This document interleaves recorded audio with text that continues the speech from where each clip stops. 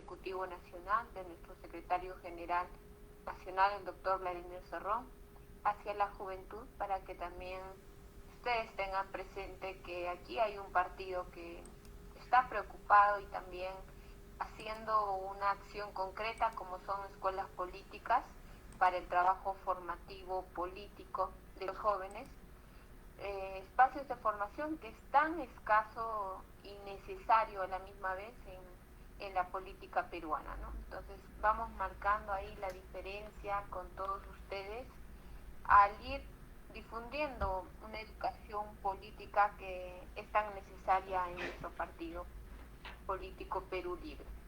Bien, el día de hoy les vamos a estar también acompañando junto a Nixon Cruz, un militante joven de la región de Piura, en la conducción de la presente Escuela Política de Juventudes.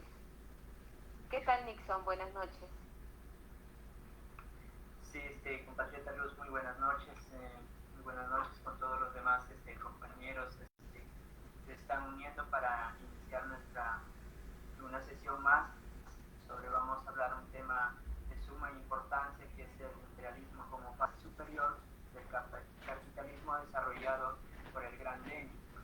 Yo sé que más adelante nos va a dar muchos aportes en ese respecto, en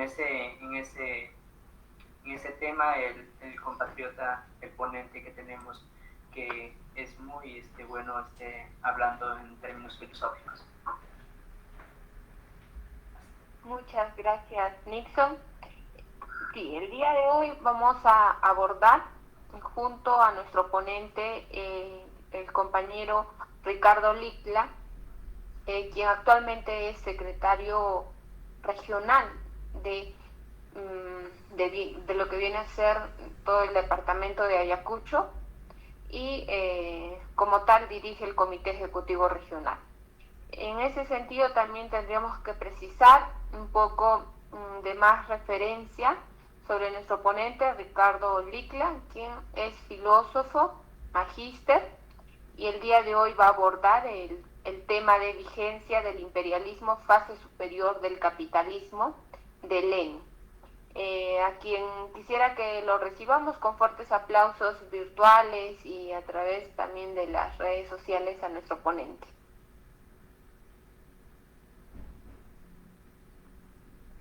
Bien, bien compañeros, bueno, hablar de Lenin, creo que se menciona su nombre bastante, pero muy poco. Se conoce la teoría política, la teoría también marxista que ha aportado él para el socialismo. Creo que escuchar y estudiar sobre Lenin es necesario e importante, porque si un joven quiere desarrollarse como político, podemos tener como ejemplo a Lenin, ¿no? Un teórico político, pero a la misma vez tuvo un gran impacto social en Rusia a través de su dirigencia política, y en ese sentido vendría a ser un político completo, ¿no? Teórico y práctico, que es lo que exige la militancia de izquierda el día de hoy a los jóvenes peruanos. Sin más, vamos a recibirlo a nuestro compañero Ricardo. Muy buenas noches.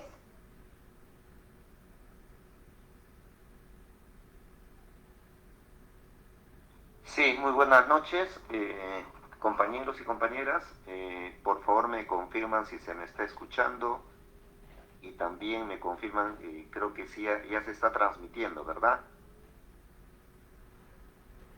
Correcto, compañero sí, Ricardo. Perfecto. Estamos en Facebook y en Meet. Ya, perfecto. Y también estamos transmitiendo por el TikTok, la página de Lucanas, de Ayacucho.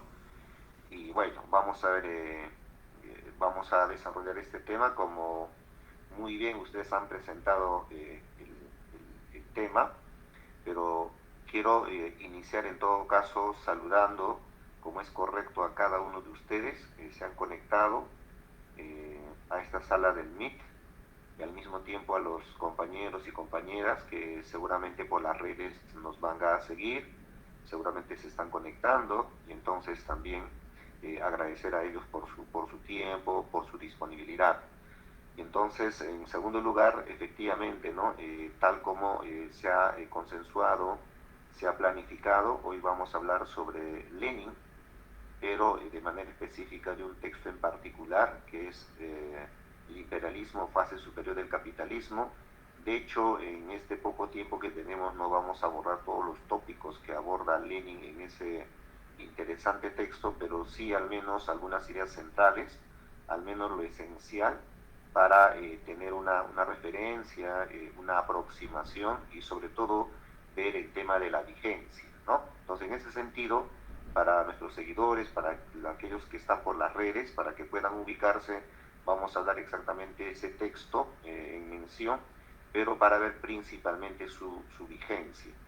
Entonces, para ello, como siempre nosotros planificamos con bastante antelación y entonces nos hemos tomado un tiempo para poder preparar un material en el que voy a pasar a compartir en el acto, ¿no? Me van confirmando por ahí si se ve o no. A ver, vamos a ver por acá. Listo. Entonces, estoy compartiendo. A ver, me confirman si se ve. Sí, compañero Ricardo, vemos su Listo. hermosa diapositiva preparada para el día de hoy para los jóvenes.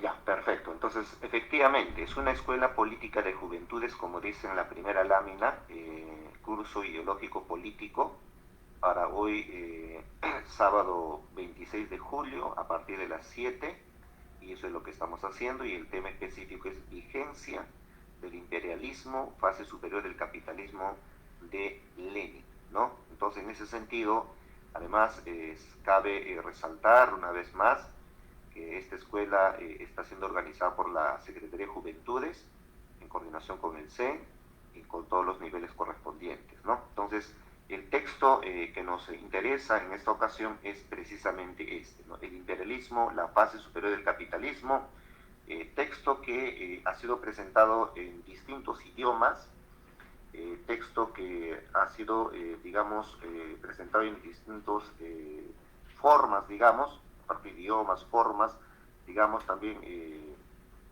modos diversos, como se ha expuesto desde su publicación en 1916 a la fecha. Hay distintas maneras como se la ha presentado, hay ediciones diversas, ediciones críticas, también hay resúmenes, comentarios.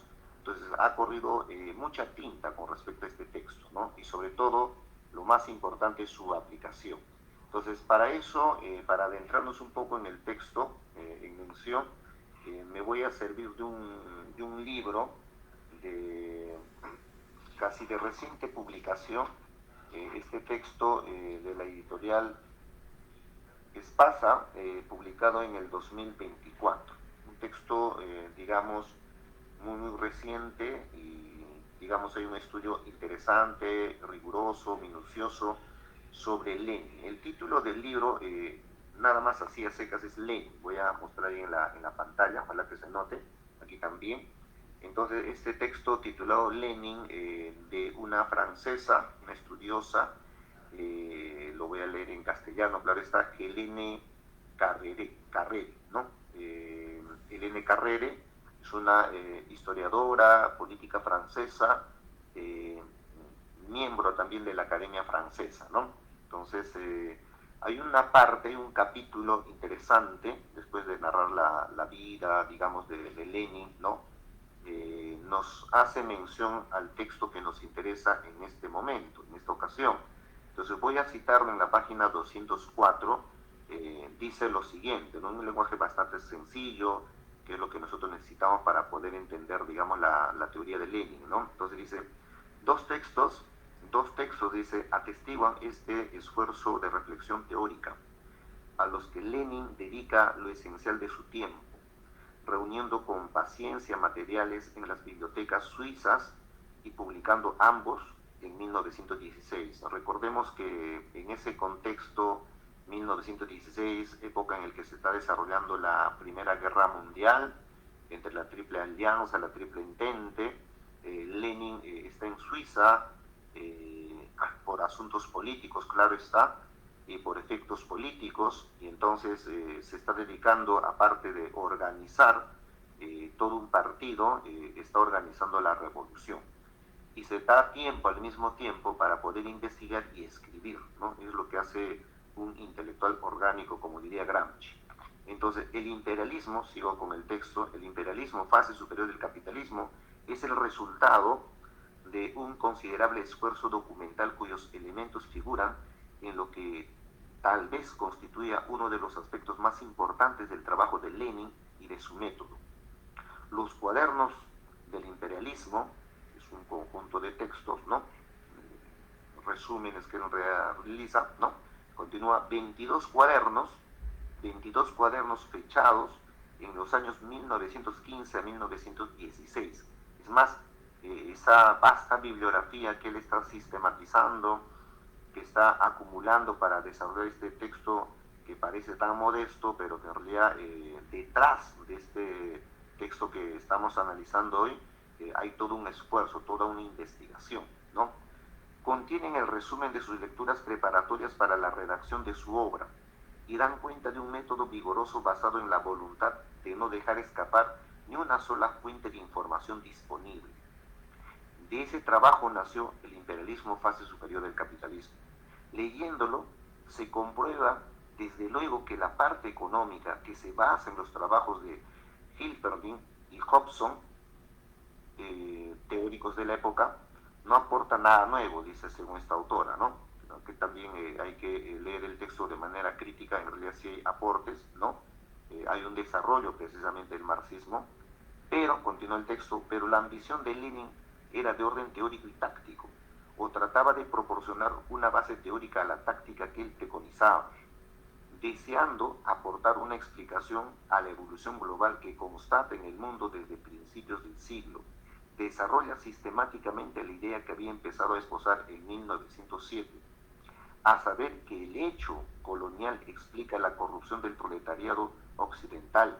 Los beneficios coloniales, escribe Lenin, ha permitido a la burguesía alimentar las tendencias oportunistas, entre comillas, es decir, moderadas y reformistas de la clase obrera.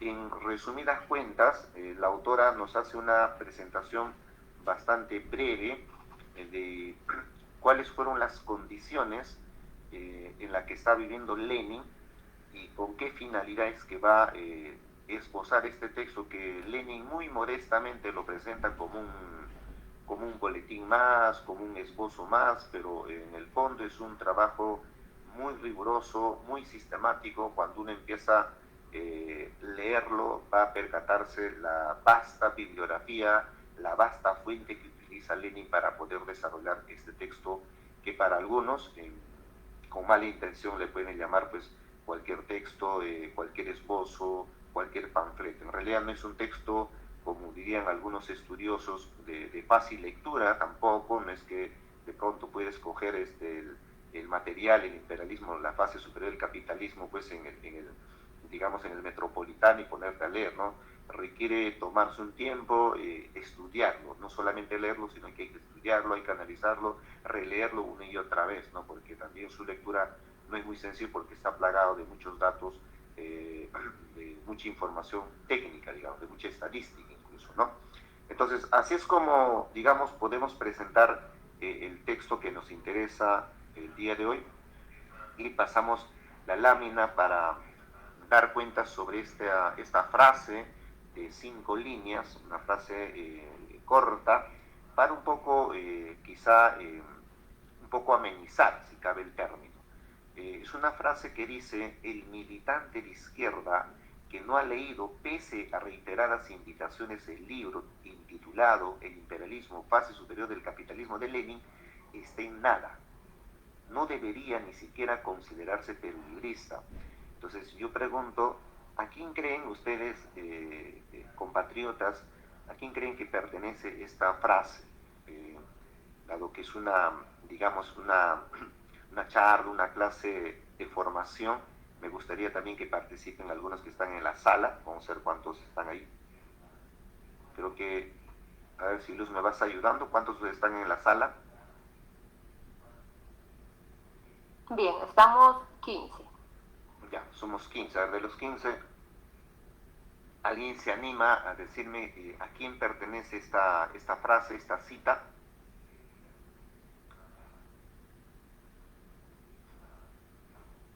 De pronto es una frase muy fuerte, digamos, ¿no?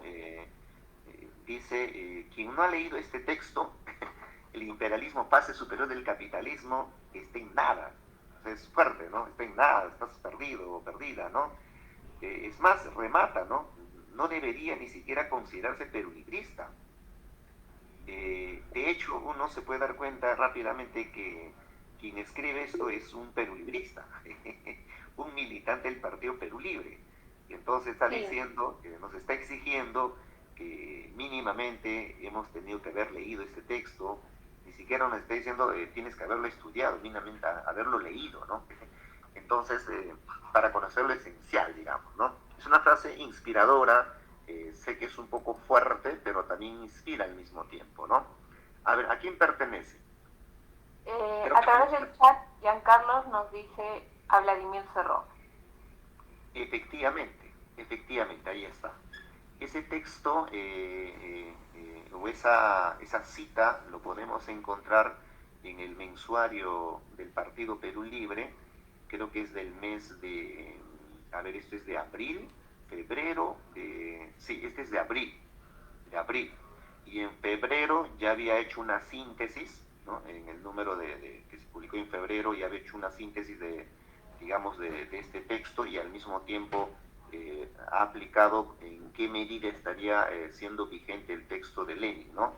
Y en abril hace ese comentario, ¿no? Arranca con esa frase, ¿no? El militante de izquierda que no ha leído, pese a reiteradas invitaciones, el libro intitulado El imperialismo paso superior del capitalismo de Lenin, está en nada, o no debería ni siquiera considerarse peruanista. Entonces es una llamada de atención y al mismo tiempo es una invitación a que los compatriotas puedan estudiar este texto, ¿no? De pronto invito también a la Secretaría de Juventudes para quizás garantizar un taller y quizá en unos 3, 4 sesiones se podría analizar este texto en mención. Hoy vamos a dar algunas pinceladas, claro está, con el objetivo también de animarles a su lectura. Veamos el contexto y el objetivo por el cual escribe este texto Lenin. Este texto, obviamente, se escribió, como ya se presentó anteriormente, justo en el contexto de la Primera Guerra Mundial entre 1914 y 1918. En ese lapso es que se está escribiendo esto, pero el estudio viene de muchos años atrás, ¿no? En un momento de crisis, en un momento en que hay una lucha por los mercados a nivel mundial. Al mismo tiempo, el capitalismo está entrando a una nueva etapa, una nueva fase. Ustedes saben que el capitalismo pues pasa por momentos, por etapas, y esa etapa superior, que algunas veces se ha dicho también que sería la última etapa, es la etapa del monopolio, del capital financiero, ¿no? Y que va reemplazando a un capitalismo anterior de libre competencia, ¿no? Entonces hay potencias que están pugnando y hay una serie de instituciones, una serie de empresas, una serie de monopolios que están surgiendo que de alguna manera están empezando a repartirse los mercados del mundo, ¿no? El otro contexto también que cabe mencionar es que siglo XX, principios del siglo XX, es una época en la que hay mucho desarrollo científico, ¿no? Mucho desarrollo científico, dado que la física de Newton está siendo reemplazada prácticamente, acuérdense, por la propuesta de Einstein, ¿no? Y entonces eso implica que también hay desarrollo en el plano no solamente de la física, surgen nuevas geometrías, la biología se está desarrollando bastante y entonces y ese desarrollo de la biología también se está llevando al plano social y es así como surge también el darwinismo social que justifica, ¿no? La supremacía de las naciones avanzadas, entre comillas, y eso va a ser el caldo primitivo para que surjan también propuestas como el nazismo de Hitler, el fascismo, etcétera, etcétera, ¿no? Al mismo tiempo, cabe recalcar el objetivo, ¿no? Por el cual Lenin realiza este trabajo, y es que él desarrolla este documento, ¿no? Este escrito, como un instrumento político, ¿no? Su finalidad es político estrictamente, quiere explicar en un lenguaje llano, en un lenguaje sencillo, en un lenguaje sistematizado, el trasfondo de las guerras mundiales, ¿no? Muchas veces vemos la apariencia, solamente el fenómeno, como diría Marx en El Capital, ¿no? Siguiendo a Hegel, ¿no? Muchas veces nos quedamos en eso que nos muestra inmediatamente la realidad, pero pocas veces vamos a ver el trasfondo, ¿no? Entonces, eso mismo, por ejemplo, hoy si vemos las redes, solamente ven la apariencia, el fenómeno de la nueva mesa directiva, ¿no? Y a veces nos cuestionan también el hecho de estar en la mesa directiva, resaltando solamente la parte fenoménica, la parte de la apariencia, y sin ver el trasfondo político de esto, ¿no? La finalidad última, ¿no? Entonces, Lenin escribe este texto para poder explicar el trasfondo de las guerras mundiales. ¿Qué hay detrás de todo esto? Porque usan como excusa el asesinato de un archiduque y ahí arranca la guerra y no es la causa principal por la cual se desatan las guerras mundiales, ¿no? Entonces, sigamos. Veamos aquí algunas tesis centrales, digamos, las más básicas, muy básicas, y luego nos vamos a adentrar al mismo libro, ¿no? Al mismo texto. El imperialismo es, digamos, como dice Lenin, la fase final del capitalismo, en el sentido de que es el preludio, la antesala de la revolución proletaria. Esta tesis es tan fuerte, es tan potente, que efectivamente se va a cumplir, porque recordemos, la revolución rusa va a triunfar en 1917 y Lenin está generando las condiciones, Lenin está organizando la revolución y Lenin también está teorizando, y por eso cuando dice es el preludio de la revolución, porque precisamente en 1917 efectivamente se va a hacer realidad. Es una tesis que se va a mostrar en la práctica, ¿no? En los hechos, no es mera especulación. Por eso es que muchos teóricos incluso sostienen, si Marx y Engels desarrollaron el marxismo, a pesar de que ellos sostuvieron de que el criterio de verdad es la práctica, el marxismo desarrollado por Marx y Engels solamente estuvo en la teoría, muy bien elaborado, muy bien estructurado, muy bien trabajado, sin embargo no se había puesto en la práctica en su real dimensión. Y uno de los personajes que va a ponerlo en práctica por primera vez va a ser Lenin. Por eso, en alguna parte, en otro texto, Lenin va a decir, después del triunfo de la Revolución Rusa en 1917, va a decir, el marxismo es una teoría todopoderosa. En la práctica se ha demostrado su verdad. Por eso es el que menos va a ser marxista en ese contexto, ¿no? Así como cuando Perú Libre en el 2021 pasó a la segunda vuelta, el que menos se catalogaba como perulibrista, y el local de Perú Libre abundaba, ¿no? De gente que hacía cola para inscribirse, ¿no? Entonces, eso es lo que ocurre justamente también en esta época, ¿no? También el imperialismo es el capitalismo en descomposición, porque está generando guerras, está generando desigualdades, hay estancamiento en cierto sentido, y también el imperialismo, también se puede entender como un objetivo político, porque Lenin va a decir reiteradas veces que hay que aprovechar esta coyuntura de guerra y hacer que el país, ¿no? De alguna manera no participe de esas guerras imperialistas, sino que más bien hay que generar las condiciones para que esa guerra se convierta más bien en una revolución social, ¿no? Entonces usa ese contexto, ese momento con objetivos políticos también, ¿no?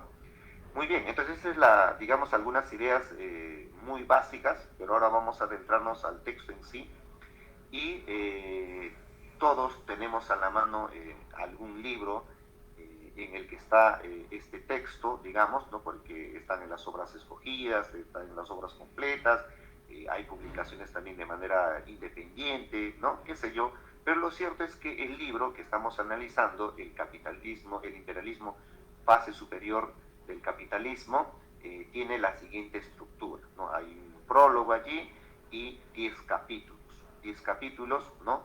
Y de esos 10 capítulos que ustedes pueden notar ahí en la lámina, ¿no? El primer capítulo es la concentración de la producción y los monopolios. Capítulo 2, los bancos y su nuevo papel. Capítulo 3, el capital financiero y la oligarquía financiera. El capítulo 4, la exportación de capital. Capítulo 5, el reparto del mundo entre las asociaciones de capitalistas. Capítulo 6, el reparto del mundo entre las grandes potencias. Capítulo 7, el imperialismo, fase particular del capitalismo. Esa es otra definición, digamos. Capítulo 8, el parasitismo y la decadencia del capitalismo. Capítulo 9, la crítica del imperialismo. Capítulo 10, el lugar histórico del imperialismo. De hecho, como les decía, el estudio de este texto, que tiene mucha vigencia en la actualidad, como lo vamos a mostrar más adelante, requeriría, si lo vemos desde el punto de vista perulibrista, partidario, un estudio, un taller, quizá en par de sesiones o 3 sesiones para ver minuciosamente capítulo por capítulo, ¿no? Y entonces, pero si quisiéramos captar lo esencial del texto, porque al menos los primeros 6 capítulos es un estudio detallado, minucioso, con datos, con una serie de citas, de los teóricos de la época que están abordando justamente el tema del imperialismo. Es más, la misma categoría o el mismo término imperialismo no es propio de Lenin, sino que ya hubieron otros teóricos que usaron esa terminología, sino que Lenin le va a dar ese toque marxista, esa interpretación sobre la base de la lucha de clases, ¿no? Desde el punto de vista económico. Entonces, si quisiéramos ver lo esencial del libro, podemos notar que en el capítulo 7, tal como estamos resaltando hoy en la lámina, el capítulo 7 es una buena síntesis de todo lo que se ha abordado, al menos hasta el capítulo 6, y al mismo tiempo, en ese capítulo 7, nos va, aparte de resumir los primeros 6 capítulos, en ese capítulo nos va a dar, digamos, una definición sintética, breve, digamos, pero como es un buen hegeliano también Lenin, sabe que a veces los resúmenes nos puede llevar, digamos, a lo abstracto, digamos, a lo superficial, y líneas más abajo se anima a dar algunas características del capitalismo, 5 características del imperialismo que nos permita una mejor comprensión de este fenómeno social. Entonces, en ese sentido es que nosotros vamos a concentrarnos en este capítulo 7, el imperialismo, fase particular del capitalismo. Pues ahí vamos. Antes de esta cita, yo quisiera ceñirme al texto, al mismo libro, entonces, y voy a compartir con ustedes el resumen que él hace de esos 6 primeros capítulos, y al mismo tiempo voy a compartir con ustedes la definición que da y las características que nos presenta. Entonces, las citas que he puesto en las láminas, en el PPT, lo he sacado de un texto que está en PDF, en internet, y ya está, el enlace está en la referencia que está en este PPT, al final está, pero yo voy a leer el texto en físico, ¿no? Porque también es fácil, como entenderán, para los que somos de los 80, estamos más vinculados con el texto en físico más que lo virtual, digamos. Tengo aquí el texto, ¿no? Lenin, obras escogidas, en el primer tomo. Está digamos, el texto que nos interesa, y quiero comentarles que el prólogo arranca así, ¿no? El texto es el imperialismo, fase superior del capitalismo, entre paréntesis, esbozo popular. Prólogo. ¿Qué dice? Mira, para entrar en contexto. El folleto, fíjense la modestia con la cual escribe Lenin, ¿no? Un teórico potente, un teórico que organizó una revolución, que marcó en la historia un antes y después, y que para hacer este texto ha tenido que juntar una gran cantidad de bibliografía. Han visto 20 cuadernos, imagínense, y que le ha tomado buen tiempo, digamos, realizar este trabajo, pero lo presenta con mucha modestia, ¿no? El folleto a la atención del lector folleto, ¿no? Como si fuese lo más simple, ¿no? En realidad es bastante valioso este documento, ¿no? El folleto que ofrezco a la atención del lector lo escribí en Zurich, en Suiza, ¿no? Durante la primavera de 1916. Es así como arranca el prólogo a este texto, ¿no? Líneas más abajo dice: el folleto está escrito con vistas a la censura zarista.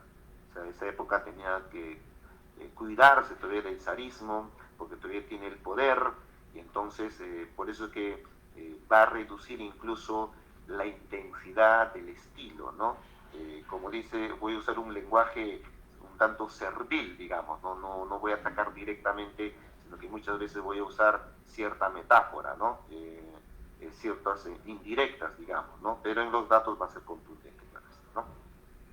Y así, entonces, así es como arranca el prólogo del texto, pero a nosotros nos interesa, como les dije, a ver, el capítulo 7.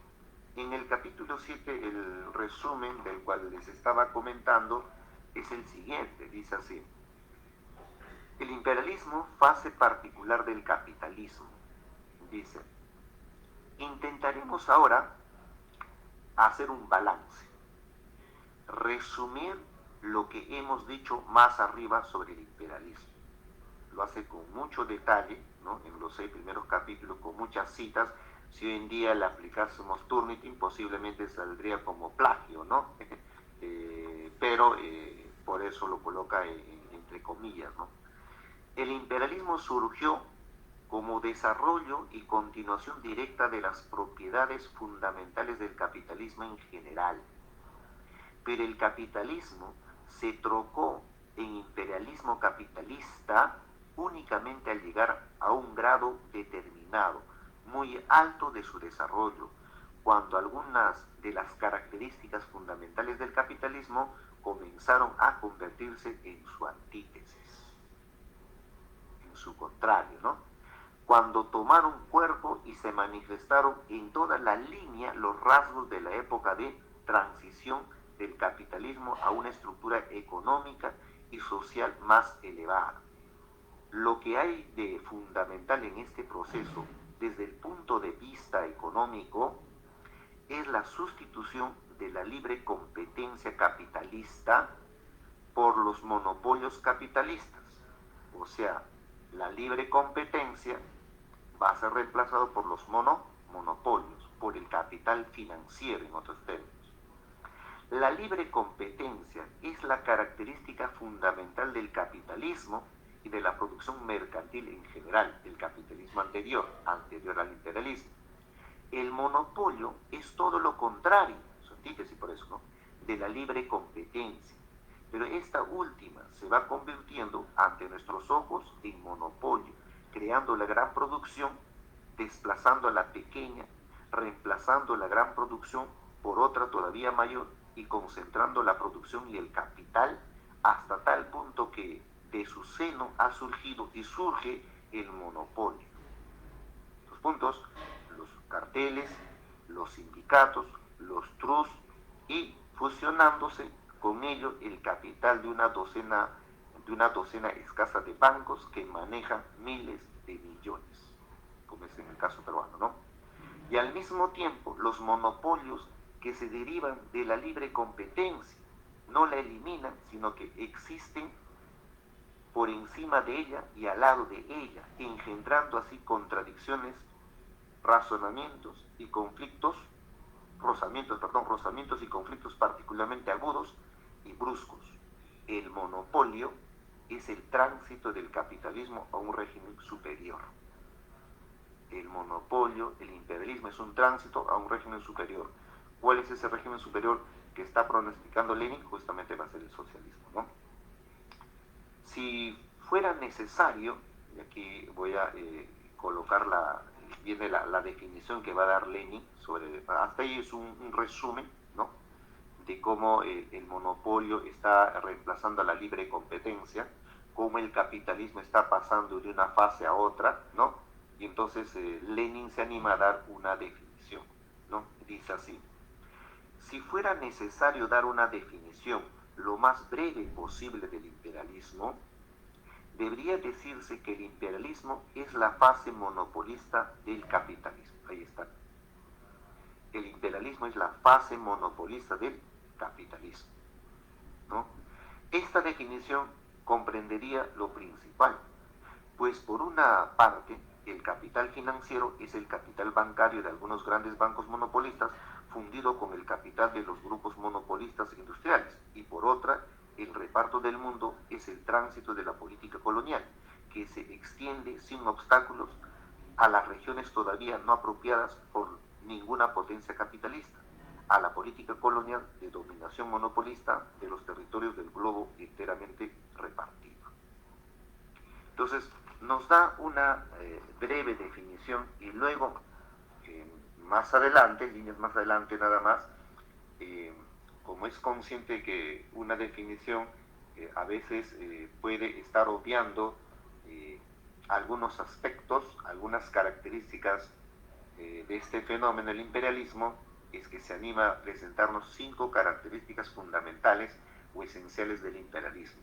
Y eso es lo que hemos colocado aquí en nuestra diapositiva.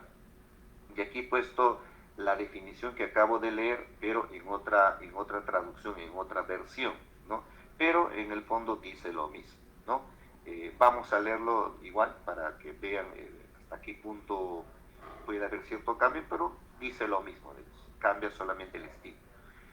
Dice, si fuese necesario definir, después de haber hecho el resumen, acuérdense, si fuese necesario definir el imperialismo lo más brevemente posible, deberíamos decir que el imperialismo es la fase monopolista del capitalismo. Ahí está, fase monopolista del capitalismo, ¿no? Esa última fase, o la fase superior, digamos, ¿no?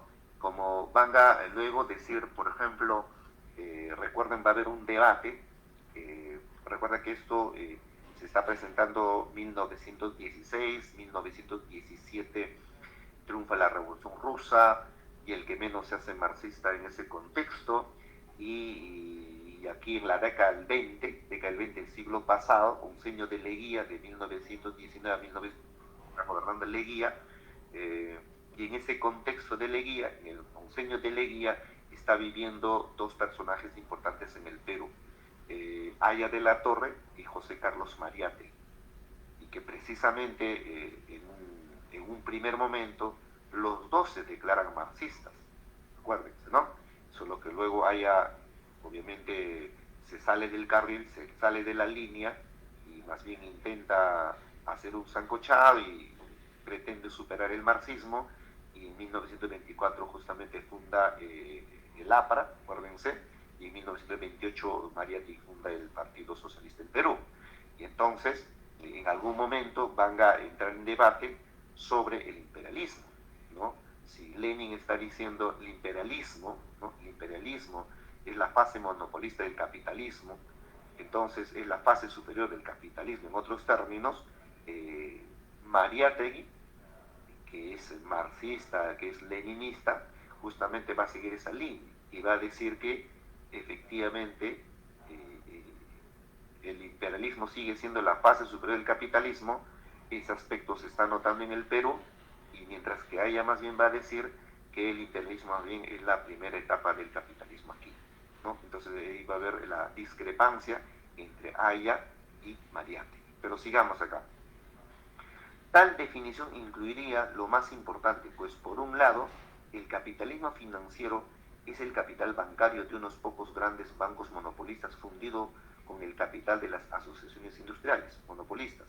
Y por otro lado, el reparto del mundo es la transición de una política colonial que se extiende sin obstáculos a territorios que ninguna potencia capitalista se apropió todavía, a una política colonial de posesión monopolista de un planeta ya completamente repartido, ¿no? Entonces vamos a ver ahora esas 5 características, ¿no? Que es lo esencial de este texto, y aquí está esos 5 características, los he puesto en colores diferentes para que se pueda diferenciar, ¿no? Valga la redundancia. Entonces vamos a estudiar cada característica del imperialismo, y luego vamos a ver su su vigencia en el caso peruano, o sea, cómo es que el imperialismo se manifiesta en el Perú, ¿no? Cómo es que el capitalismo en su fase monopolista, en su fase de capitalismo financiero, ha atravesado todos los niveles y aspectos de la vida peruana, ¿no? Eso es lo que vamos a notar. Entonces, vamos a estudiarlo característica por característica. Y para eso vamos a tomar como base un artículo del camarada Vladimir, ¿no? Un artículo que salió en el mensuario el mes de febrero, ¿no? Seguramente ustedes tienen ahí en físico y siguen con ese texto. Entonces, veamos, una primera característica del imperialismo. Pero antes, compañera Luz, a ver si me confirma si todo está ok, se me escucha bien, la transmisión sigue correctamente, no sé si o quizá alguna dificultad, no sé, a ver, sería bueno que me comentes. Sí, todo está bien, compañero Ricardo. Perfecto, Excelente. gracias. Entonces, veamos la primera característica del imperialismo. Dice así, ¿no? La concentración de la producción, ojo, la concentración de la producción y del capital ha alcanzado un punto tan elevado de desarrollo que ha creado los monopolios, decisivos en la vida económica. Primera característica, concentración de producción y del capital, ¿no? Concentración de la producción y del capital, que se ha desarrollado tanto que estamos pasando a una nueva etapa del capitalismo, que son los monopolios. Concentración de la producción y del capital, ¿no? Por eso que como se produce tanto, incluso de manera tan anárquica, y cuando no se vende todo eso que se ha producido, y esos productos, esas mercancías que llegan a su fecha de vencimiento y lo van a tener que botar, ¿no? Entonces ahí se nota ya un gran problema del imperialismo. Se produce en exceso, sin embargo hay gente que se muere de hambre, ¿no? Entonces hay exceso de producción, ¿no? A eso se está refiriendo, ¿no? La primera característica. Dice, la fusión del capital bancario, la segunda característica, la fusión, la unión, la concentración, si quieren ustedes, la fusión del capital bancario con el industrial. Banca e industria. Y la formación, sobre todo, sobre la base de capital financiero, se llama eso, de la oligarquía financiera. Ahí está. La fusión del capital bancario con el industrial y la formación de la oligarquía financiera, ¿no? Entonces acá los capitales se empiezan a articular, ¿no? Y eso va a generar mayor poder, y eso va a generar que los monopolios empiecen, digamos, a acaparar zonas del planeta, mercados que hay en el planeta, ¿no? Característica 3, la exportación del capital. En eso se diferencia de la etapa anterior del capitalismo, del libre comercio, del libre mercado, digamos, ¿no? La exportación si antes se exportaba mercancía, ahora se exporta capital, en términos de préstamos. Por eso es que los diversos países, ¿no? Tercermundistas sobre todo, van a terminar siendo países dependientes, porque terminan debiendo a los grandes monopolios, terminan debiendo a los países del primer mundo. Entonces ahí exportan capital, ¿no? Entonces no solamente el Estado peruano se endeuda, sino el propio ciudadano de a pie empieza a endeudarse y termina endeudándose 20, 25 años, etcétera, etcétera, ¿no? Entonces la exportación del capital, a diferencia de la exportación de mercancías, como ocurrió anteriormente, adquiere una importancia excepcional, ¿no? 4. La formación de asociaciones capitalistas monopolistas internacionales que se reparten el mundo, ¿no? Se reparten el mundo literalmente. Pues no en vano, algún presidente de Estados Unidos decía que esta parte del mundo era el patio trasero de Norteamérica, ¿no? Y, y la misma burrada decía o dijo Pedro Castillo en algún momento cuando se fue a Estados Unidos, ¿no? Seguimos siendo algo así como el patio trasero de Estados Unidos, ¿no? Quinta característica, la culminación del reparto territorial del mundo entre las grandes potencias. Al final terminan por repartirse todo, ¿no? Y así, ¿no? Entonces son las 5 características fundamentales, digamos, que vamos a empezar a desglosar, pero ahora para ver su vigencia, ¿no? En nuestro contexto, tomando como base los aportes del camarada Vladimir. Vemos para acá. Las 5 características principales del imperialismo, según Lenin, claro está. Concentración de la producción y monopolios, acuérdense. Fusión de capitales, trust, carteles, oligopolios, ¿no? Y ahí se ponen algunos ejemplos. Bien, veamos la aplicación. En el Perú ya hay estudiosos que han mostrado que existen entre 17 a 20 familias superpoderosas, ¿no? O sea, los ricos, ¿no? Los que manejan nuestra economía, los que deciden prácticamente nuestro futuro, los que deciden al final las elecciones, ¿no? Los que deciden qué congresistas, qué candidatos al Congreso van a llegar, etcétera, etcétera, son los que manejan todo al final, ¿no? Entonces, son un promedio entre 17 a 20 familias, ¿no? Por eso el camarada Vladimir lo sistematiza en estos términos. Miren, en el Perú, el capital y la producción están concentrados en las manos de solo 20 familias, las que en alianza con el capital foráneo o sin él crean los monopolios u oligopolios para lograr el control absoluto de cada uno de los sectores económicos estratégicos del país. Estas familias, según Ernesto Linares Mascaró, son Brescia, ahí está en la lista, Brescia, Romero, Rodríguez Pastor, Rodríguez Banda, Benavides, Acuña, ¿no? Plata como cancha, Belmont, Graña, Añaños, ¿no? Hochschild, ¿no? Marzano, Fishman, Navarro Grau, Arias Vargas, Picasso Arias, Lindley, Rizo Patrón, Los Quevedo, etcétera, etcétera.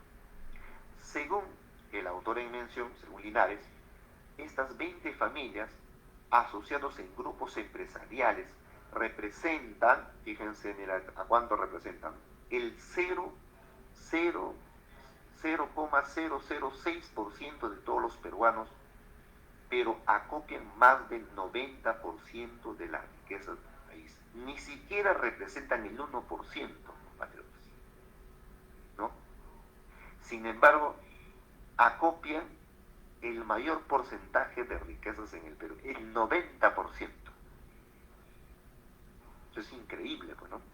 Y eso es consecuencia de los monopolios. Basan su ganancia en la exportación de commodities, anglicismo que debe ser sustituido en nuestro medio por producto básico o materia prima. O sea, basan su ganancia en ¿qué? En materias primas, en la exportación de materias primas, ¿no? El Perú no es un país industrializado, no se le da el valor agregado, pero ellos se encargan de exportarlo y entonces son los que van a amasar la riqueza. Este problema de que el Perú no es un país industrial es un problema que arrastramos desde tiempos inmemoriales.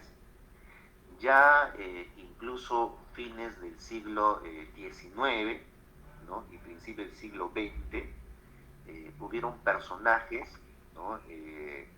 que criticaban eso sin la necesidad todavía de ser marxistas, ¿no? Había personajes desde la línea positivista, ¿no? Vicente Villarán, ustedes recordarán ese apellido Villarán, ¿no? La señora Villarán, la que fue alcaldesa y al final terminó vinculada con con Odebrecht, ¿no? Esa señora de la izquierda caviar tuvo un tío, un abuelo, un antecedente, ¿no? Que justamente se apellidó Villarán, Vicente Villarán, que era un jurista, un teórico importante. Ella criticaba el hecho de que el Perú sea un país solamente exportador de materias primas. Y él decía, es importante promover las ciencias positivas para que el Perú se convierta en un país industrializado y podamos darle el valor agregado a nuestra materia prima. Entonces él pregonaba la difusión de las ciencias positivas y dejar a un lado, digamos, de alguna manera las humanidades, ¿no? Entonces, claro, la mirada de un positivista es eso, ¿no? O sea, una ciencia es positiva si solo si es verificable, ¿no?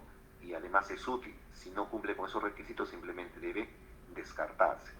Entonces, hasta ese señor, desde una mirada positivista, denunciaba el hecho de que el Perú sea solamente productor de materias primas. Entonces, hoy en día, a los países del primer mundo les conviene que el Perú no sea un país industrializado, que estemos en el atraso para siempre ser la despensa del mundo, en otros términos, ¿no? Entonces, pero sigamos. Más adelante dice, por ejemplo, el oligopolio que se comporta como monopolio de los bancos los manejan tres familias en Perú. Tres familias: Brescia, BBVA, Romero del Banco de Crédito, Rodríguez Pastor, Interbank. Es lógico que así no haya mayor competencia, ellos controlan más del 90% del movimiento financiero. Entonces hay una concentración del capital, una concentración casi, digamos, animalesca, digamos, ¿no? Segunda característica, dominio del capital financiero, fusión del capital industrial y bancario, ¿no? Esa articulación que les decía. Los bancos controlan la industria y surge la oligarquía financiera. Veamos aquí cómo se muestra eso en el Perú y cómo se nota la vigencia, digamos. Un instante, por favor, aquí hay problemas.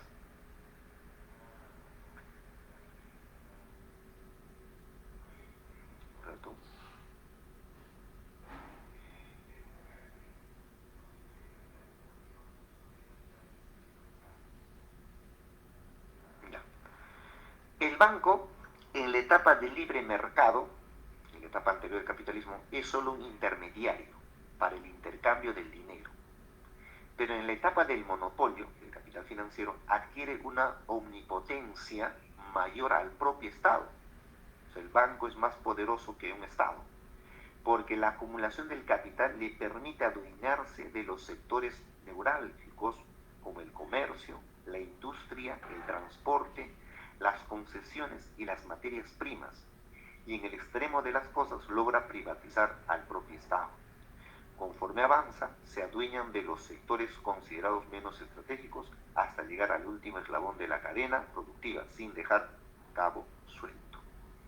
Entonces, los bancos empiezan a tener un poder prácticamente absoluto.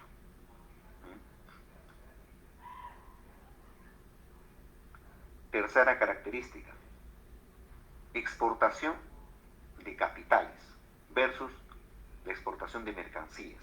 O sea, ahora ya no se exportan, o sea, es decir, en la etapa monopolista, en la etapa imperialista del capitalismo, no es que ya no se exporten mercancías, sigue exportándose mercancías, pero no es el aspecto principal de la exportación, sino que ahora se exporta principalmente capitales, a través de préstamos.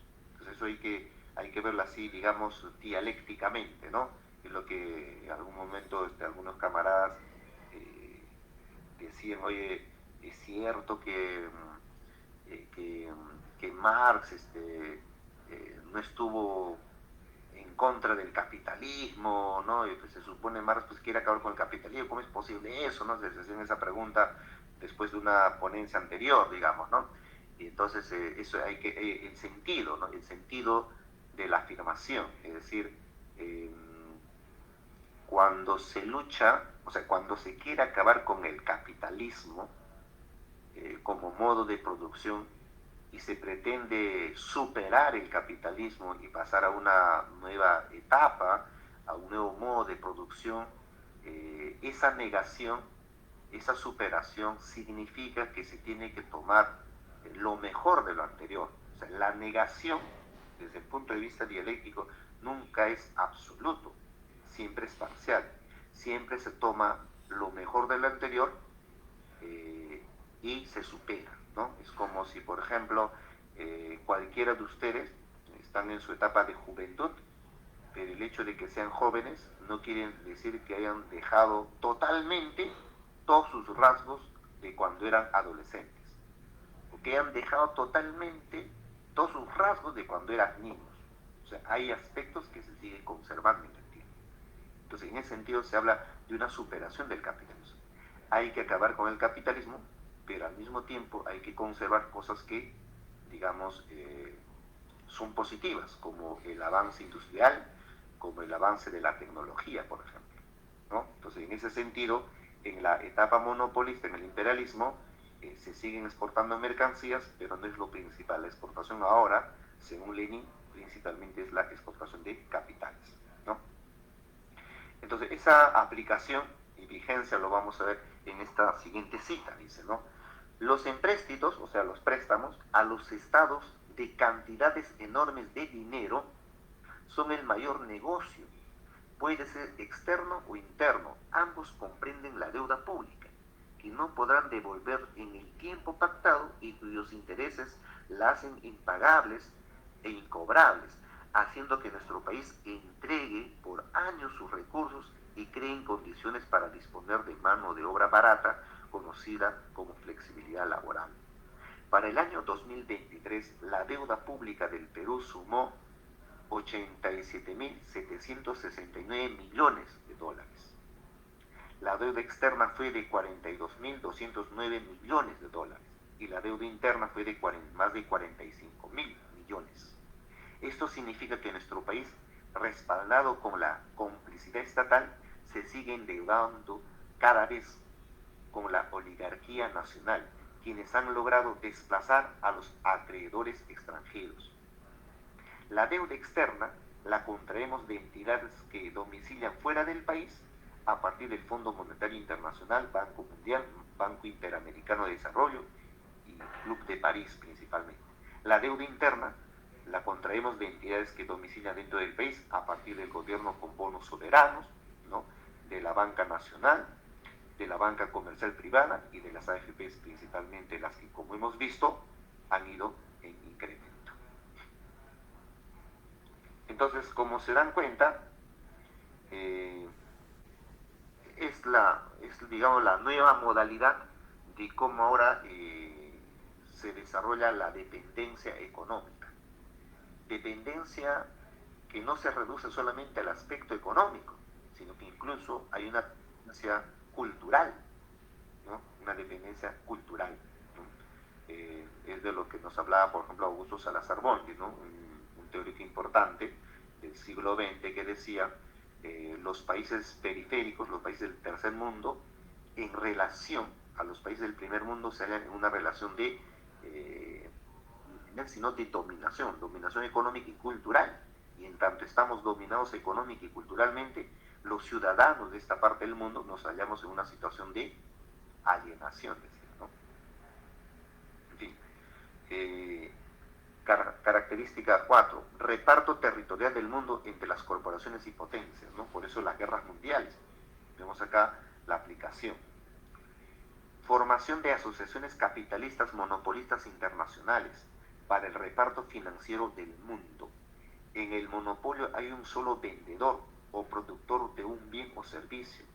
En el caso internacional se refiere a un país con un solo exportador e importador. En nuestro país podemos identificar a empresas extranjeras que operan en el mercado de la distribución eléctrica y comercialización de fertilizantes. Y pone ejemplos de China, ¿no? Digamos, para poder notar de cómo estos países, digamos, muy desarrollados, van a exportar digamos, sus capitales, pero al mismo tiempo van a tomar como zonas, ¿no?, de su desarrollo comercial. Estamos pensando en el caso de China, por ejemplo, ¿no? Como en algún momento decía, con bastante corrección también el camarada Vladimir, China aplicará, digamos, el socialismo, los principios del socialismo, etcétera, etcétera, dentro de su territorio, dentro de su nación, etcétera, pero para afuera no puede ser ajeno al capitalismo, ¿no? Entonces, actúa como un país capitalista, ¿no? Obviamente. 5. Hegemonía de un puñado de potencias sobre el sistema capitalista global. Entonces aquí vamos a ver con ejemplos cómo es que se da esa repartija, si cabe el término, ¿no? Entonces aquí nos pone una serie de ejemplos, y claro, es una síntesis de lo que estamos colocando aquí. Dice, Estados Unidos domina a Latinoamérica como su zona no negociable, área de influencia o espacio vital. Impide constantemente que potencias como China y Rusia puedan instalar sus empresas o puedan operar en las ya existentes, como el Canal de Panamá. Claro, pero a pesar de eso, hoy en día sabemos que China se está introduciendo de a pocos, ¿no?, en este mercado del mundo, ¿no? Y ahora sobre todo están teniendo más fuerza China y Rusia con el tema de los BRICS, ¿no? China domina el Asia, incluyendo a Corea del Sur, Japón e India, además de Australia. A través de la ruta de la seda, conecta los continentes de Asia Oriental, Europa, África y Latinoamérica mediante corredores económicos, zonas francas e infraestructura, Puerto de Chancay, por ejemplo. El Perú ingresa a la ruta de la seda el año 2019 y hoy es nuestro principal socio comercial. Pues cuando vino el presidente de China, Xi Jinping, hasta los que dicen ser ultracapitalistas, liberales, le esperaron ahí con su banderita, ¿no?, etcétera, etcétera, ¿no? El doble rasero de estos políticos de hoy en día, ¿no? Rusia tiene el control energético gasífero de gran parte de Europa. En Latinoamérica mantiene importantes relaciones militares con Cuba, Nicaragua y Venezuela. Lidera el BRICS, ¿no? Digamos, ese grupo de países que cuestionan duramente a Estados Unidos y todos sus aliados que, digamos, han dolarizado la economía mundial, ¿no? Entonces, y con eso, digamos, chantajea a diversos países, ¿no?, y le pone condición. Entonces, los BRICS lo que están pretendiendo es, en el futuro, es desdolarizar la economía, crear una nueva moneda, ¿no?, y que, digamos, pueda de alguna manera con eso dejar de depender directamente de Estados Unidos, ¿no?, o de la dolarización económica a nivel mundial, ¿no? Lidera el BRICS, donde ha integrado, además de Brasil, a varios países del continente, ¿no? En medio de comunicación, utiliza plataformas como RT en español, Sputnik, para proyectar su narrativa geopolítica en América Latina, ¿no? O sea, algo muy importante en pleno siglo XXI es que hoy en día los países, para mantener su hegemonía, hacen uso justamente de los medios de comunicación hoy en boga, ¿no? El TikTok, los noticieros, a través de las diversas plataformas. Entonces hay una narrativa que se va instalando de a poco y para poder mantener su hegemonía, ¿no?, o para querer subvertir esa hegemonía y poner una nueva hegemonía, ¿no? Y hay que, en el caso peruano, los que tienen mucho poder mediático viene a ser la prensa caviar, es bastante fuerte, ¿no? Pero la gente hoy en día se va dando cuenta de lo descarado que son estos medios de comunicación caviares, y como prueba de ello es que ya la prensa escrita está en decadencia. Por ejemplo, hoy día en la zona donde vivo y casi no llevan los periódicos La República, El Comercio, porque nadie compra, pues porque no compra si dice, repite el mismo formato todos los días, ¿no?, y ya cansa, pues, ¿no? Unión Europea, compuesta por 27 Estados miembros, cuya soberanía está compartida en áreas clave como el comercio, la economía y la justicia. Estos países son Alemania, Australia, Bélgica, etcétera, etcétera, ¿no? Entonces, de esa manera podemos ver las características principales, digamos, del imperialismo que Lenin nos presenta y que a la fecha se manifiesta esos diversos rasgos, por ejemplo, en el caso del Perú, ¿no? Y para cerrar esta parte de la exposición, hay que incidir en la diferencia que hay entre un capitalismo liberal y el imperialismo, ¿no? O la etapa monopolista del capitalismo. Entonces, el capitalismo liberal, ¿no?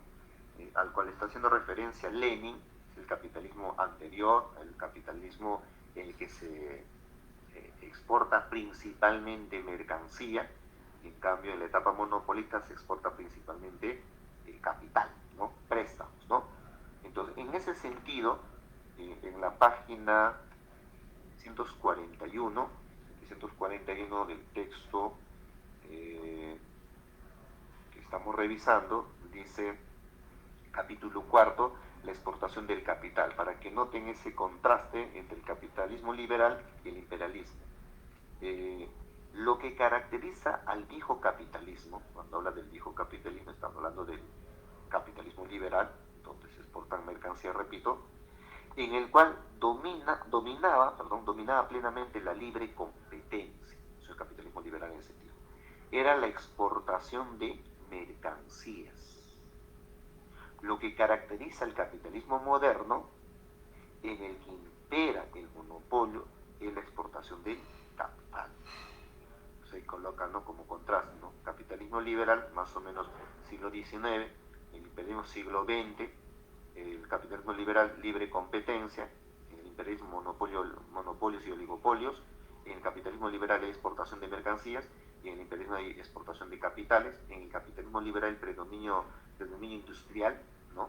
En el imperialismo predominio financiero, préstamos, repito, en el capitalismo liberal hay colonialismo incipiente, en el imperialismo hay un reparto territorial completo, ¿no?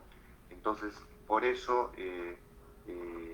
con razón, decía Mariátegui, el Perú, a diferencia de Haya de la Torre, el Perú, decía Mariátegui, es un país semifeudal, semicolonial, por ejemplo, en su época, ¿no?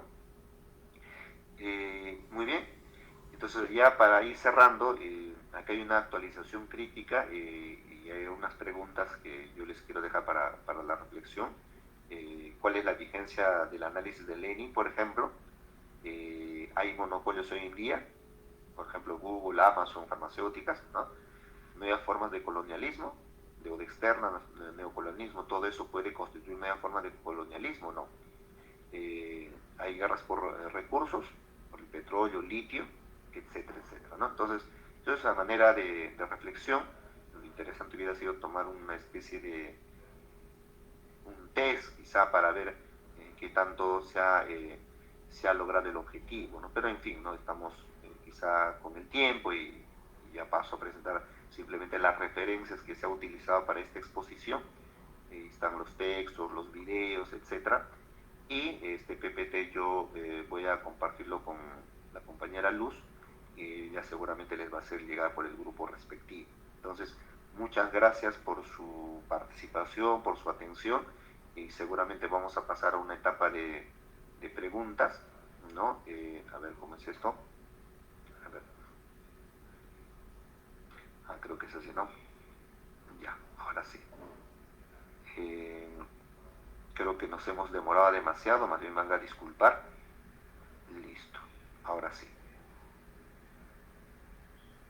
Adelante, no sé si quizá pasamos la etapa de las preguntas o ahí nomás queda, no lo sé.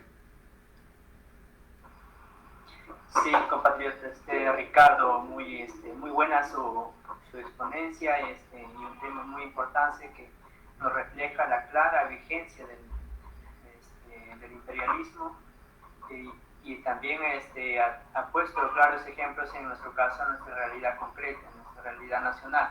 Ahora pasamos a las preguntas que puedan tener los participantes. Se va a pedir que alcen la manito y se plantee la pregunta para que sea resuelta por el expositor.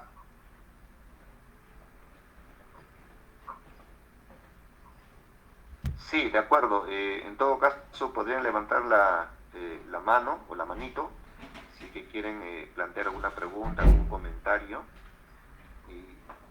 y gustosos por responder en la medida de nuestras posibilidades.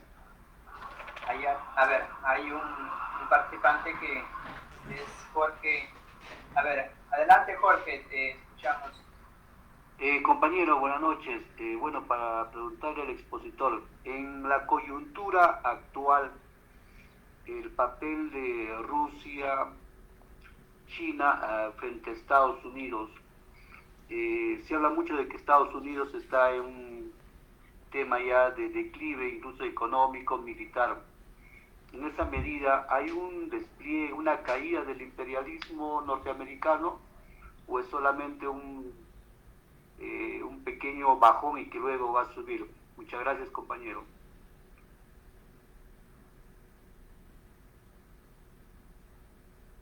De acuerdo, camarada. Yo sería de la idea de que quizá planteen sus preguntas, ya respondo así en bloque, ¿no? Para no prolongar también demasiado esta participación. Estoy anotando y quizá hay que cederle la palabra a los que sigan, ¿no? A ver, creo que también está levantando la mano. A ver,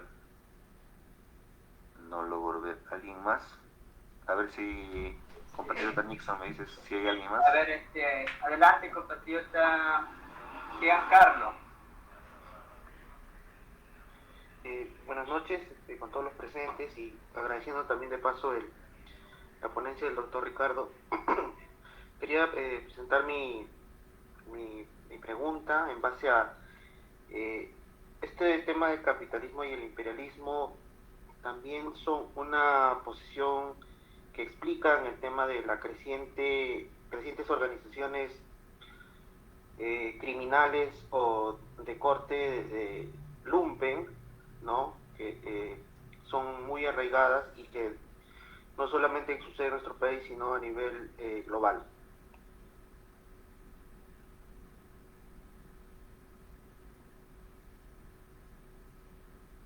Gracias, lo tengo anotado y no sé si alguien más se anima a preguntar. Sí. A ver, ¿alguien más tiene alguna pregunta más, compañeros? A ver, Van Wegner Carlos, adelante. Bien, gracias. ¿Me logra escuchar bien?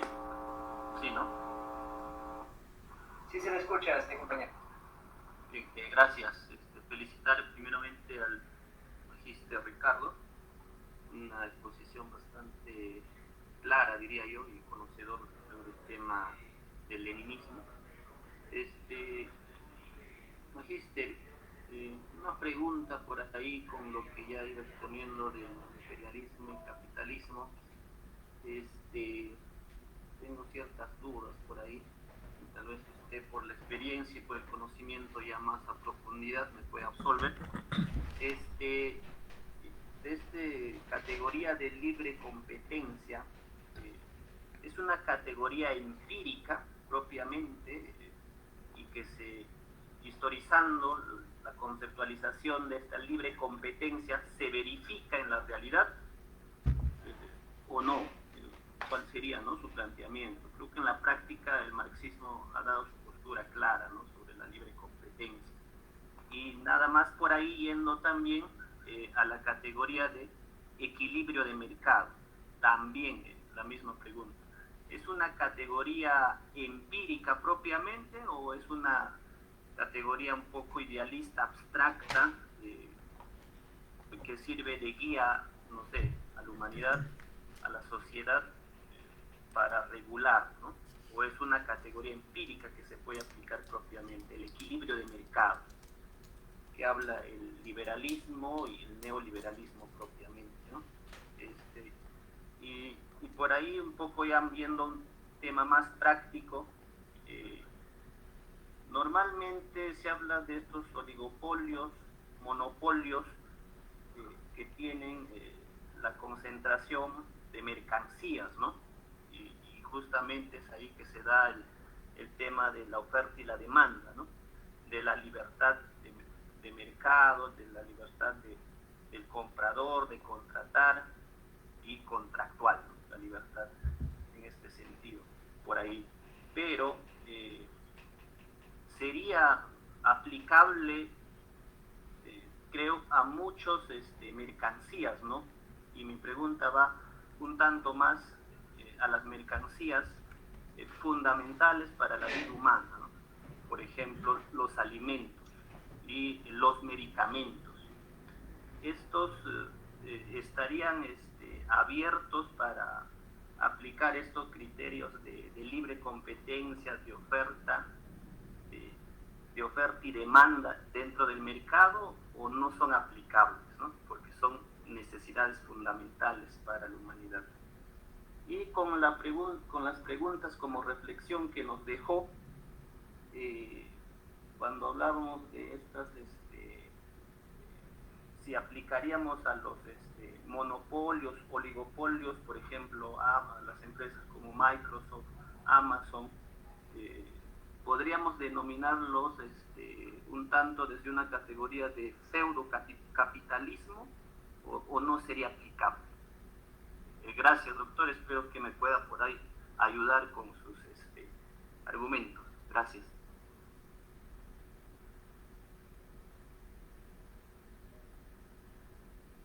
De acuerdo, estoy anotando, no sé si hay alguien más que se anima a participar para responder en bloque, por favor. A ver, compañeros, ¿alguien más tiene alguna inquietud? Sí, yo quisiera hacer una pregunta al compañero Ricardo. Bueno, Adelante. hoy creo que la derecha no habla de imperialismo, habla de este término tan conocido en las universidades de la globalización, ¿no? Entonces, si nos puede explicar si es que hay alguna relación. Y también tenemos otra pregunta también, si nos podría especificar mejor, digamos, cuáles son las acciones imperiales que hoy, a la actualidad, realiza Estados Unidos. Gracias. Esa sería mi consulta. Bien, Luz. A ver, compatriotas, ¿alguien más?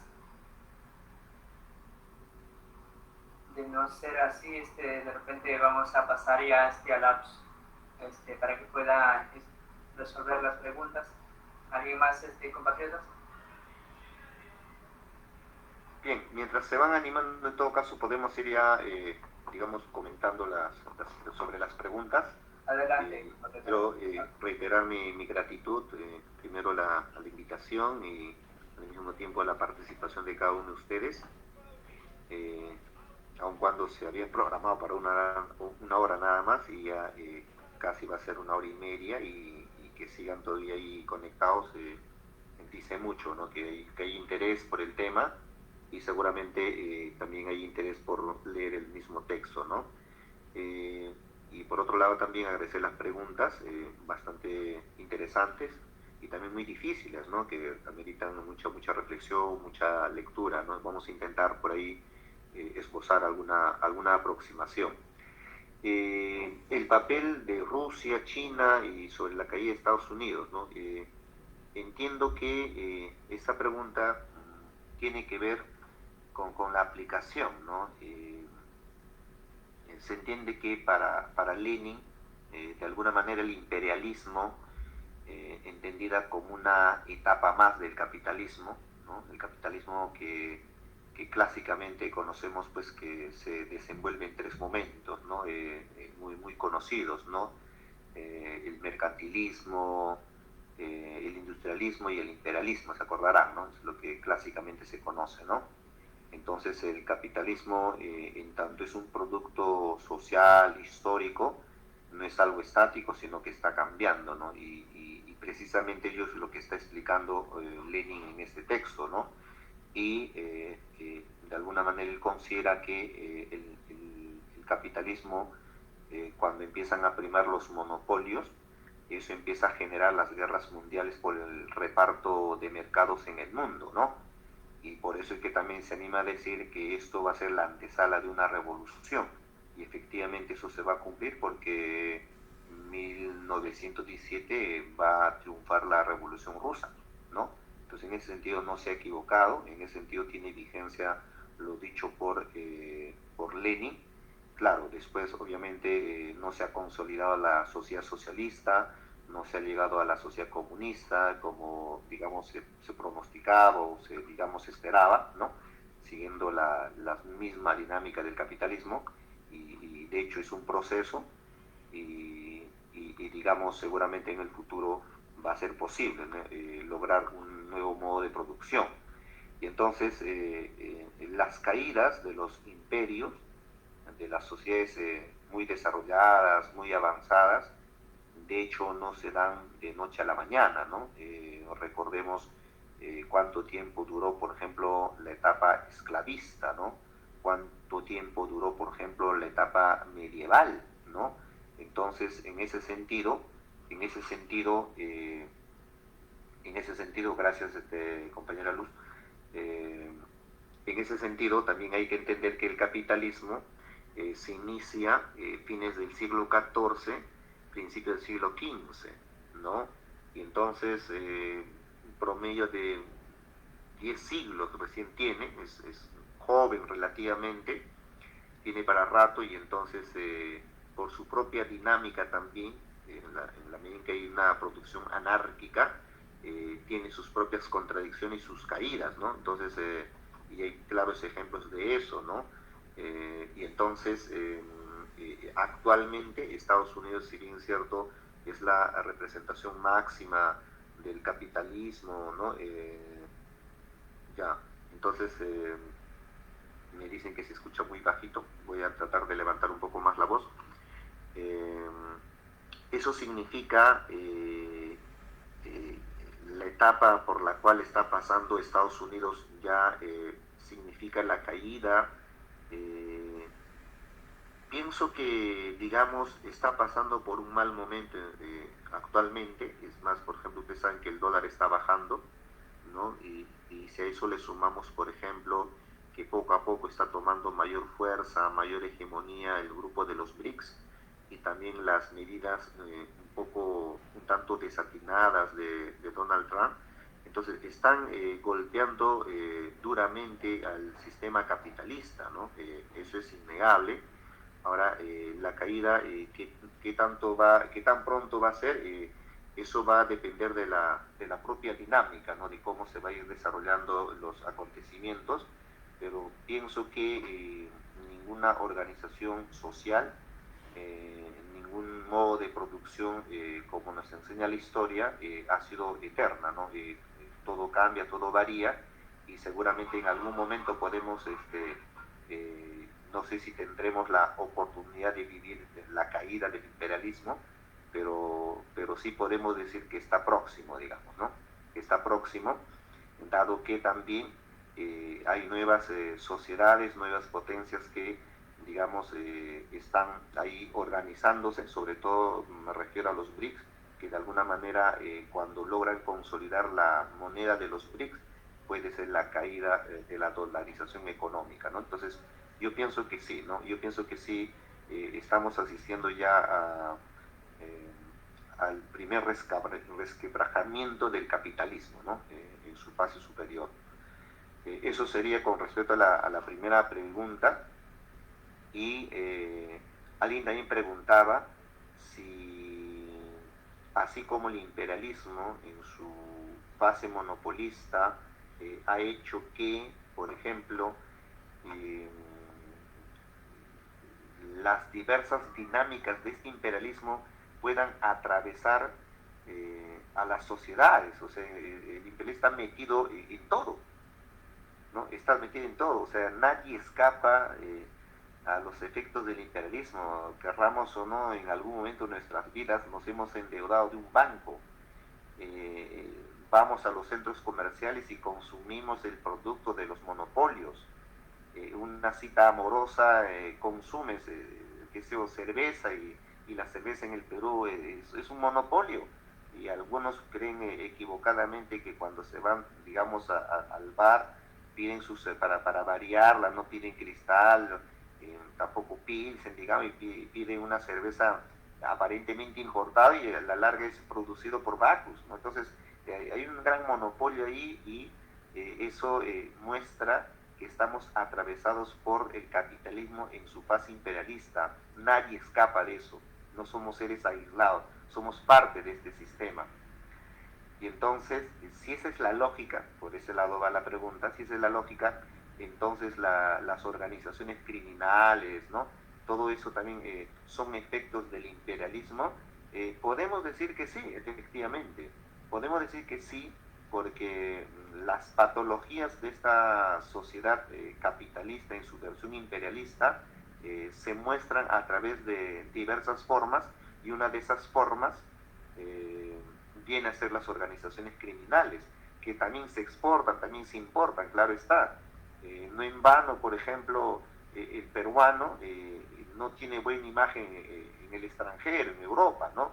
Eso uno lo puede experimentar, ¿no? Y también, ¿no? Se importa, digamos, las organizaciones criminales, ¿no?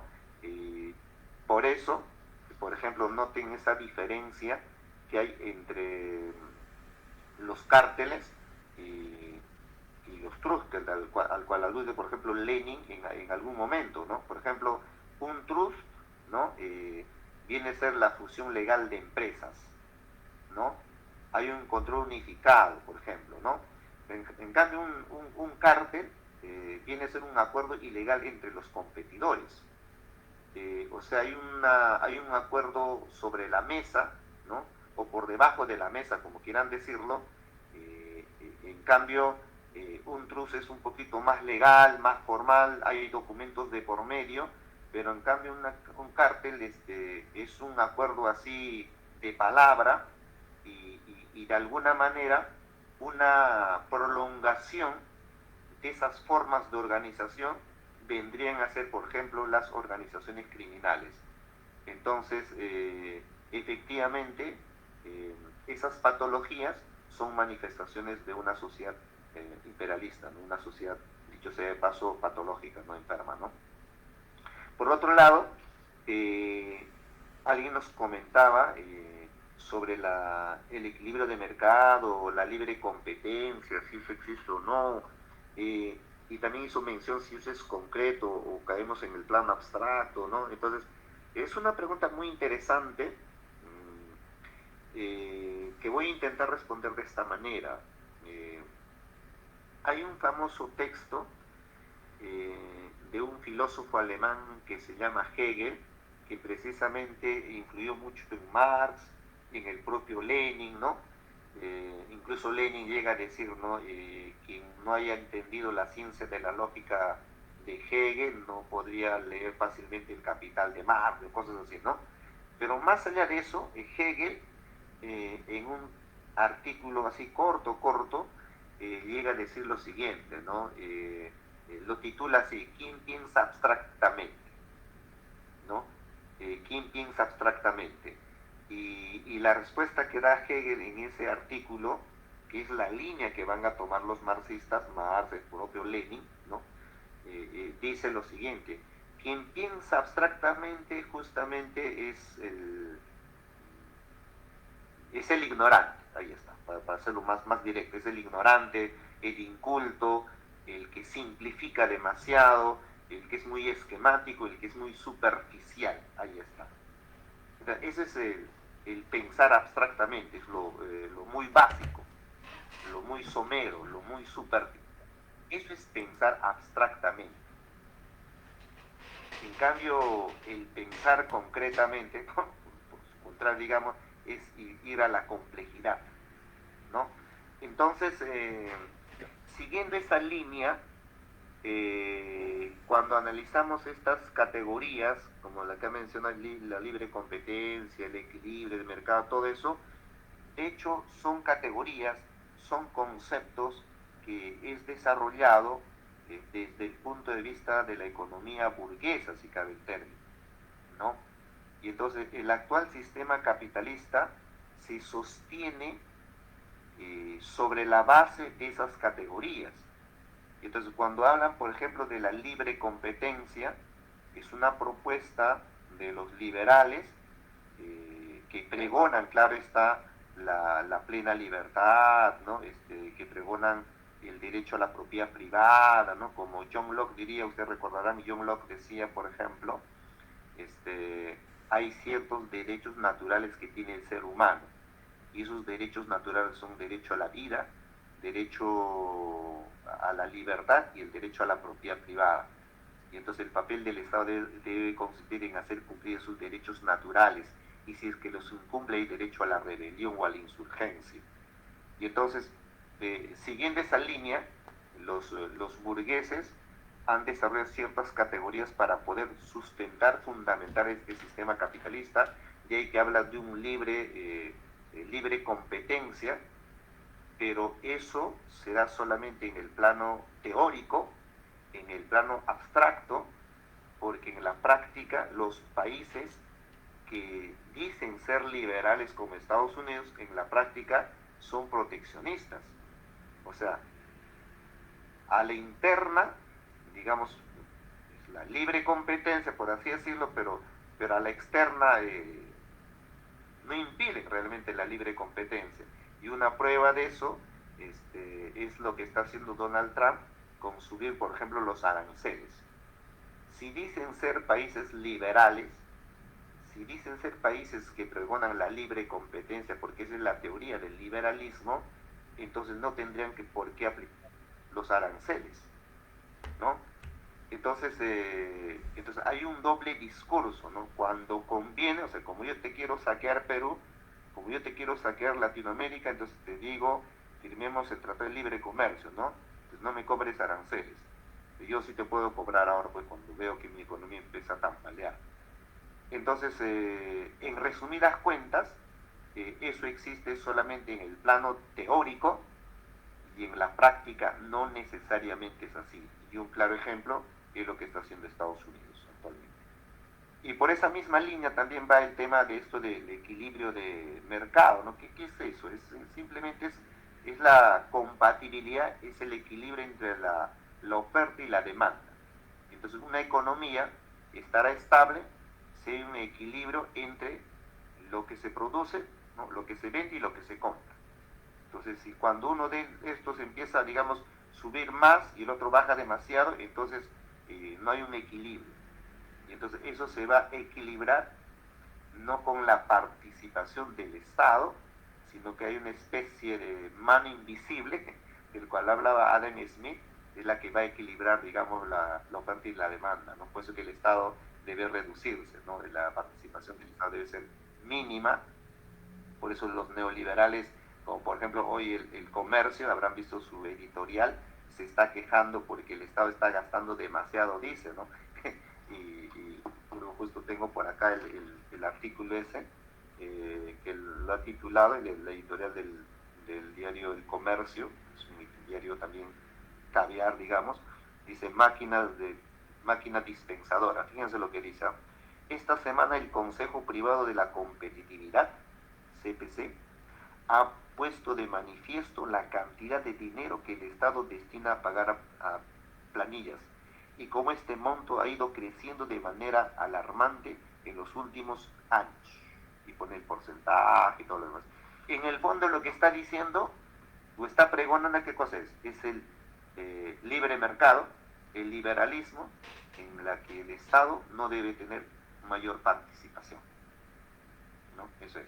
Entonces, en resumidas cuentas, para redondear la respuesta, son categorías que han desarrollado los liberales, que lo usan para justificar el estado de cosas, pero en la práctica pocas veces lo aplican. Ejemplo, Estados Unidos. Ahora, la otra pregunta bastante también inteligente y bastante interesante es sobre el tema de la globalización, ¿no? Efectivamente, yo les decía,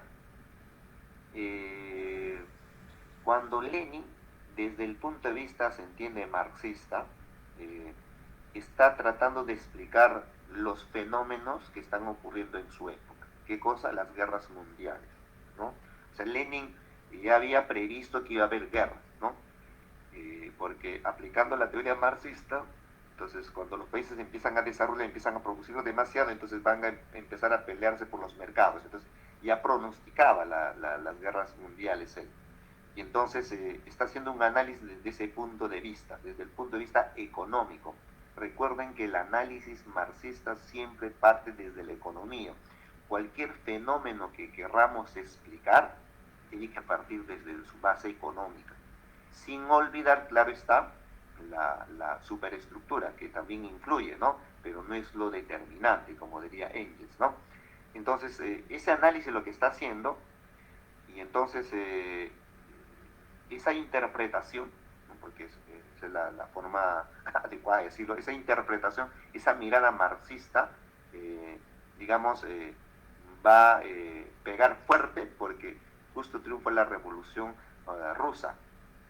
Entonces, por eso Lenin, como creo que ya les repetí hace un instante, la teoría marxista es una teoría todopoderosa, va a decir, porque es verdadera en la práctica.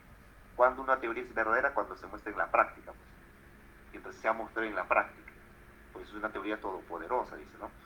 Y entonces, la reacción no se va a hacer esperar.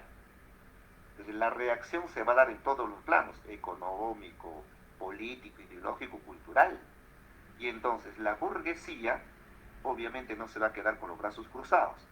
Y entonces para restarle importancia, para quitarle credibilidad al discurso marxista, a la propuesta marxista, a la interpretación marxista, van a empezar a crear nuevas categorías, nuevos términos. O pueden ser antiguos, pero cambian de nombre, entonces le empiezan a poner mundialización, ¿no? Globalización, pero le dan otros matices, ¿no? Entonces, para restarle importancia, digamos, a la propuesta marxista. Entonces, todo va a depender de cómo es que se está definiendo esos términos, ¿no? Entonces, por eso, como en su pregunta misma dijo la compañera Luz, el imperialismo, o la teoría del imperialismo, una propuesta desarrollada por Lenin, va a tener mucho peso, mucho impacto y tiene mucha vigencia. Sin embargo, se ha tratado de restarle importancia creando nuevos términos como la globalización, la mundialización, ¿no? Eso sería en resumidas cuentas. Disculpen si por ahí se me ha pasado alguna cuestión, pero es lo que podríamos, digamos, adelantar en resumidas cuentas. No sé si hay algo más, compatriotas, y gustoso para comentar.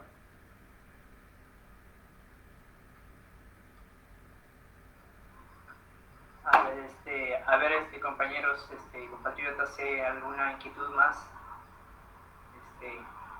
Nuestro expositor está llano para responder.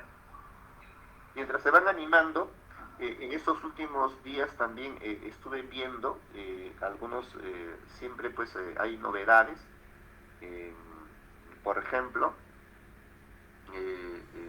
en una entrevista hacían notar, por ejemplo, lo siguiente, ¿no? Marcos Cifuentes, ustedes seguramente lo conocen, es digamos, el director de la Encerrona. Él para pues, en Europa, en España, y ahora venía a presentar su libro en la Feria del Libro, que es hasta el 18. Y bueno, dicho sea de paso, yo me he dado una escapada ya y encontré algunos textos que urgen, ¿no? Hay que leerlo y también para cuestionarlo, porque si hay algo que hay que reconocer, disculpen, si hay algo que hay que reconocerle a los caviares es que estos patas sí leen, ¿no? Son leídos, ¿no? Entonces, y son mediáticos, ese es el detalle. Los de nuestra línea leen, pero muchas veces no salen a la palestra. Entonces se lo guardan, ¿no? Se lo guardan. ¿Cuántos camaradas son muy leídos? Pues no salen, ¿no? Pecamos de exceso de modestia también, ese es otro problema también, ¿no? Entonces leen ahí, pero para sí mismo, y no lo transmiten. Entonces seguro varios camaradas aquí han leído el texto de Lenin, incluso pueden explicarlo mejor de quien habla, seguro pueden tener mejores ejemplos, pero son muy modestos, ¿no? Y no hemos desarrollado esa parte, ¿no? Hay algo peculiar eso que me llama mucho la atención. Y eso lo noto cuando ya me encuentro personalmente, converso y me doy cuenta pues que leí un montón, ¿no? En cambio los caviares leen, pero estos son mediáticos, salen al toque. Y entonces, hablando de eso, Marcos Cifuente ha publicado un libro, el título no me acuerdo cuál es el título, si por ahí se acuerdan ustedes me lo comentan, pero creo que es El fin del mundo, ¿no? Y el contexto es sobre la marcha de los cuatro suyos, ¿se acuerdan? Que algunos de ustedes seguramente quizás eran niños en esa época, como yo soy cuarentón, yo sí he participado en esa marcha, y Marcos Cifuente, que formó parte de ese bloque Caviar, desde esas épocas, dense cuenta, estaba Gorriti, Chichi Valenzuela, Marcos Cifuente y más, por ahí, participaron de esa coyuntura, pero lo que soltó y confesó, y está bien, pero a veces los caviares también se delatan solos, ¿no? Que esa marcha fue financiado por Soros. No sé si fue $1 millón o $1 millón que dio para, digamos, financiar esa marcha. Entonces ahí se ratifica nuestra tesis, ¿no? Anticaviar. ¿Cuál es? Que con la caída del Fujimorato, quienes toman el poder en el Perú han sido los caviares. Y a eso le agregamos financiado por Soros. Fuente, Marcos Cifuentes, el mismo, ¿no? El mismo lo confiesa, por ejemplo, ¿no? Y entonces eso demuestra pues el poder, ¿no? La influencia que tienen los caviares, y son bien mediáticos, ¿no? Y hay otro texto que han sacado, por ejemplo, que se llama Así Caviar, ¿no? Hoy día en su canal Montoya, el físico, ¿cómo se llama? Modesto Montoya, han invitado a alguien para hablar del libro, pero el tipo a quien han entrevistado se ha ido por las ramas y al final no tocó el texto, ¿no? Entonces, lo he estado leyendo, hay cosas que hay que cuestionar, pero algo que reconoces que ratifica es que sí existen los caviares, porque hay gente, hay sectores que niegan, ¿no? Piensan que es un invento, digamos, de la izquierda, ¿no? De la izquierda popular, claro está. Entonces, este texto se titula así: Caviar, del pituco de izquierda al multiverso progre, Eduardo Darden. En esa feria también he podido encontrar este texto que pienso que es necesario leerlo. Esto de acá, a ver, vamos a empezar por acá. Para conocer la Constitución del 93. O sea, nosotros queremos el cambio constitucional, ¿no es cierto? Ya, y para buscar el cambio constitucional, para pregonar ello, hay que conocer la Constitución del 93 y con sus últimas modificaciones. Este texto contiene modificaciones. Y no solamente las modificaciones, sino también una explicación, ¿no? Por cada artículo, ¿no? El autor es Marcial Antonio Rubio. Para conocer la Constitución de 1993, incluye reformas aprobadas en el referéndum constitucional del 9 de diciembre del 2018 y reformas constitucionales realizadas hasta el junio del 2024. Es bastante actualizado, entonces urge estudiarlo. Y hay otro que, cuando nosotros criticamos la Constitución del 93, principalmente apuntamos nuestras baterías, digamos, al capítulo económico, porque se entiende ahí están los contratos ley. Y hay un texto en el que analiza precisamente ese aspecto específico del capítulo económico. Es este texto que se titula El régimen económico de la Constitución de 1993. Entonces, son textos que urge estudiarlo y también hacer la guerra cultural. Y otro texto interesante es esto, ¿no? De un tal Aranza Tirado Sánchez, el lofer, golpe de Estado en nombre de la ley, ¿no? Nosotros que siempre sostenemos que el líder de nuestro partido Perú Libre es víctima del lofer o de la guerra jurídica. Entonces hay textos diversos que nos sirven de base, de fuente, y la misma práctica, claro está, pero también requerimos de estudios más elaborados para hacer la lucha en ese plano jurídico, no político. Bien, eso les quería comentar brevemente, y hay que siempre tomar lo mejor de la burguesía, ¿no? Hay que aplicar lo que Hegel decía, el Aufhebung. El Aufhebung significa la afirmación, la negación y la superación, ¿no? Es decir, en la negación dialéctica, la negación nunca es absoluta, siempre se debe tomar lo mejor, ¿no? Entonces, porque no es útil. Ajá. Bueno, eso nada más. Entonces, compatriotas, muchas gracias por su participación, por su tiempo. Y yo quiero felicitar a la Secretaría de Juventudes por promover este tipo de encuentros. Creo que eso nos va a servir a la militancia para poder repasar y también para conocer nuevos textos y compartir bibliografía y no para solamente saber conocer, sino que esto sobre todo hay que llevarlo a la práctica. Instarles a los jóvenes que se animen, ¿no? Que no sean ratones de biblioteca nada más, que leen, hacen sus resúmenes, todo, se han soplado un montón de textos, pero eso hay que difundirlo. Eso hay que difundirlo y siempre bajo ese esquema de que estamos en un país en la que sigue vigente la tesis de la lucha de clases. Hay que tener una clara posición política e ideológica y sobre ese marco hay que seguir luchando hasta más allá de la victoria. Muchas gracias, compatriota Luz. Creo que hasta ahí sería nuestra participación de hoy y para cualquier momento estaremos gustosos para poder participar. Sí, muchas gracias, compañero Ricardo Licla. Por favor, lo despedimos con fuertes aplausos. Abran su micro, gracias. por favor. Gracias. Bien, camarada, excelente exposición. Excelente, muchas gracias. Gracias. Seguramente lo estaremos escuchando de nuevo en el segundo ciclo que empieza la segunda semana de septiembre. Muchas gracias. Perfecto, gracias a ustedes. Un fuerte abrazo. Hasta más allá de la victoria. Hasta más allá, siempre. Compañero Nixon,